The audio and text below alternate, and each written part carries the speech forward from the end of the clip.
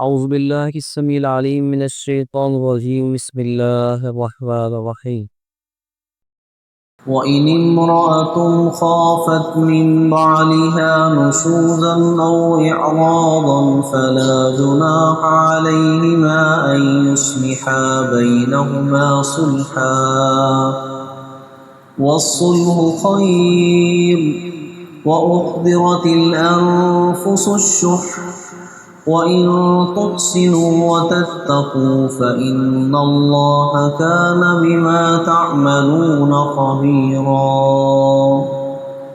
ولن تستطيعوا أن تعدلوا بين النساء ولو حرصتم فلا تميلوا كل الميل فتذروها كالمعلقة وَإِن تُصْلِحُوا وَتَتَّقُوا فَإِنَّ اللَّهَ كَانَ غَفُورًا رَّحِيمًا وَإِن يَتَفَرَّقَا يُغْنِ اللَّهُ كُلًّا مِّن سَعَتِهِ وَكَانَ اللَّهُ وَاسِعًا حَكِيمًا۔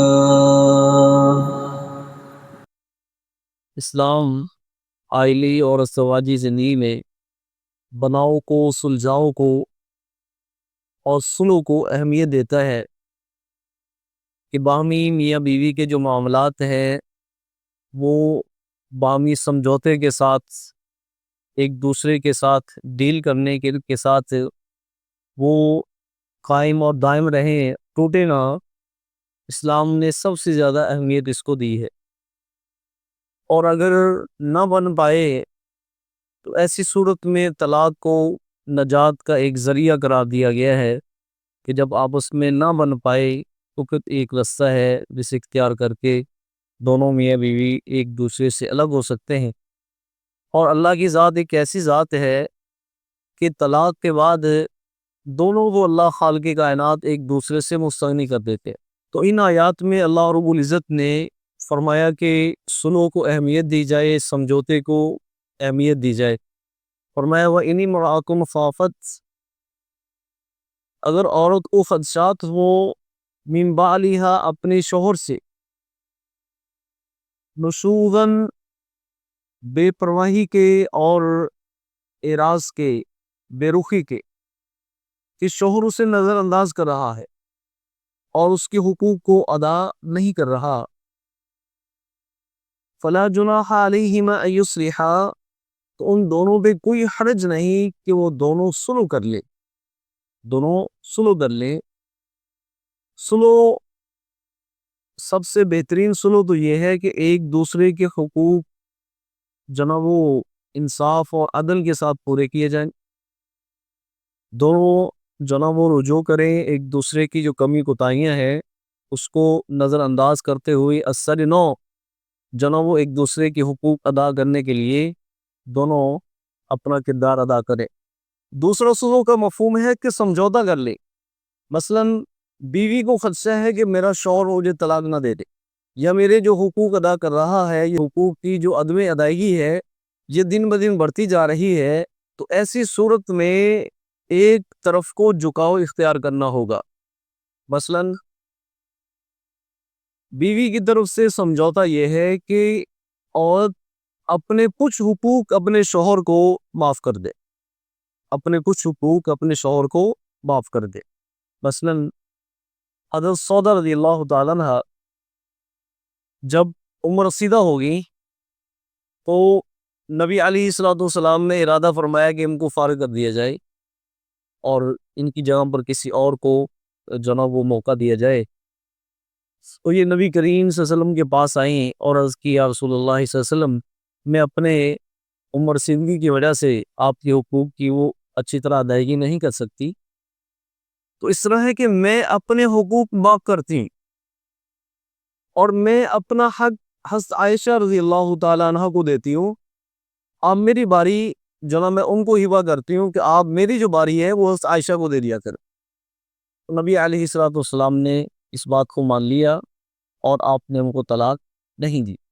اس سے پتہ ہی چلتا ہے کہ جس طرح انسان کی دیگر ضروریات ہیں جن کو پورا کرنا ناگزیر ہے، اس طرح ہے کہ انسان کی جو جنسی ضرورت ہے اس کو بھی اولین ترجیح حاصل ہے ازدواجی زندگی میں، خاص طور پہ ازدواجی زندگی میں اس کو بھی اولین ترجیح حاصل ہے۔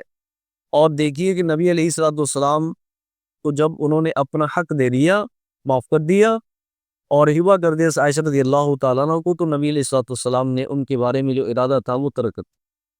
تو سمجھوتا یہ ہے کہ دونوں میں سے کوئی ایک اپنے حقوق سے دستبردار ہو جائے، اور شریعت نے کہا ہے کہ وصلح خیر، یہی رستہ سب سے بہتر ہے، یہی رستہ سب سے بہتر ہے کہ کچھ اپنے حقوق جو نا وہ جانے دیے جائے اور معاف کر دی جائے۔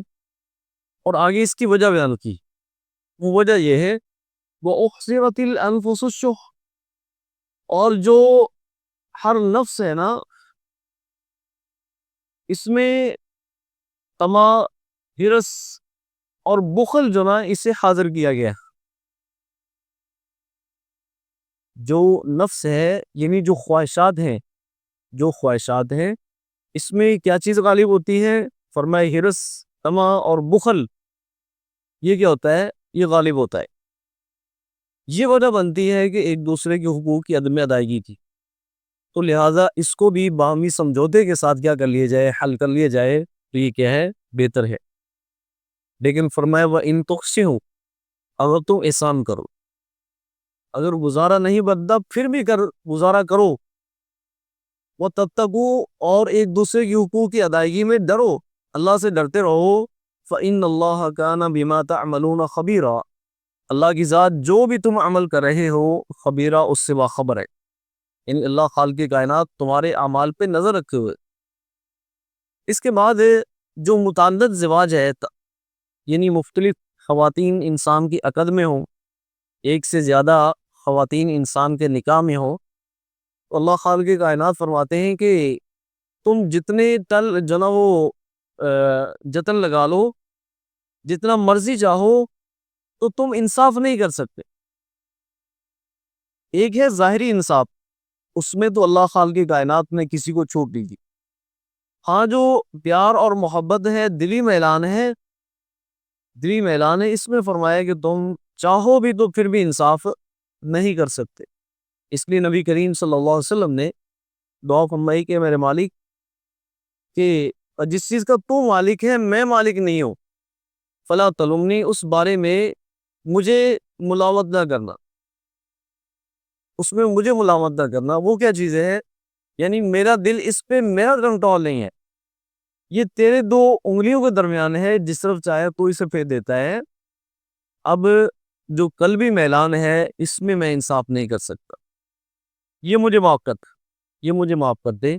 باقی جو ظاہری تقسیم ہے، نبی علیہ الصلوۃ والسلام کو اللہ خالق کائنات نے یعنی رخصت دینے کے باوجود ترجی منتشا و تو ہی لے کر منتشا، کہ نبی کریم صلی اللہ علیہ وسلم کو اللہ خالق کائنات نے آخر میں اختیار دے دیا، آپ جس کو چاہیں آپ آگے کر لیں، جس کو چاہیں آپ پیچھے کر دیں، ٹھیک ہے۔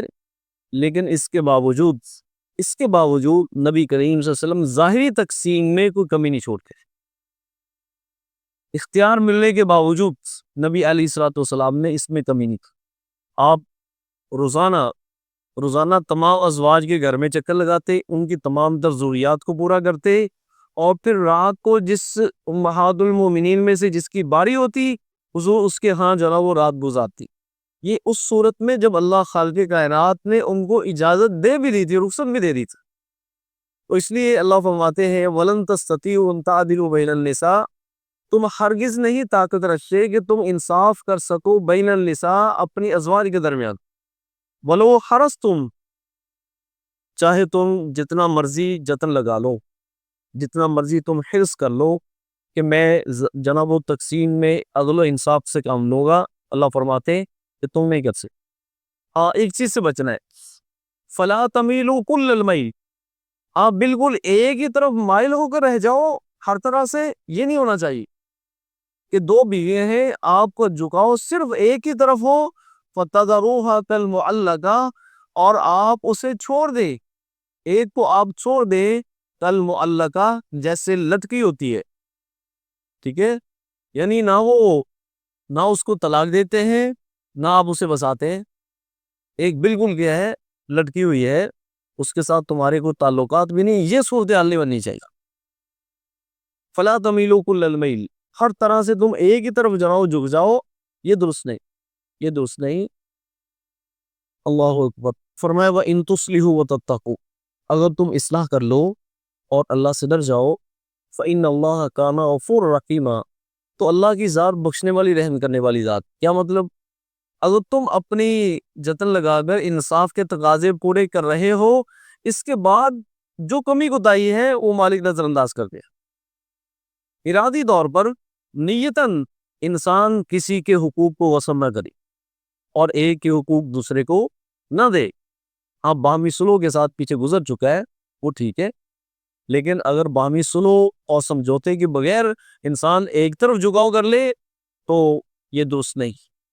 اور تیسری آیت جو انتہائی مختصر آیت ہے، فرمایا وَإِن يَتَفَرَّقَا، اور دونوں الگ ہو جائے، یعنی طلاق ہو جائے، طلاق ہو جائے اور دونوں الگ الگ ہو جائیں، یغنِ اللَّهُ كُلًّا مِّن سَعَتِهِ، اللہ غنی کر دیں گے، بے پرواہ کر دیں گے، کلن ہر ایک کو، من سعتہ اپنی وسطوں سے، جو اس کے پاس فراخی ہے، بے پرواہی ہے، جو اللہ کے پاس خزانوں کی وسعت ہے، اللہ اس کے ساتھ ہر ایک کو مستغنی کر دیں گے. اور دیکھا ہے کہ میاں بیوی آپس میں ان کی بنتی نہیں تھی، سارا دن جو نا وہ مصیبت پڑی رہتی تھی، ٹھیک ہے. آج جب سے ان کے مابین طلاق ہوئی ہے، اللہ نے دونوں کو ایک دوسرے سے مستغنی کر دیا. اس نے اپنا آگے نکاح کر لیا، اس نے آگے نکاح کر لیا، دونوں گھر بس رہے، دونوں گھر کے ہیں، خوشی خوشی بس رہے. لیکن جب آپس میں ان کا تھا، اس وقت ان کے مابین کیا تھے جناب، وہ تعلقات انتہائی مخدوش تھے، ٹھیک ہے.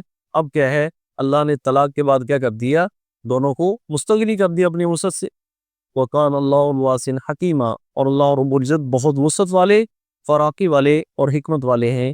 سبحانک اللہم و بحمدک، اشہد ان لا الہ الا انت.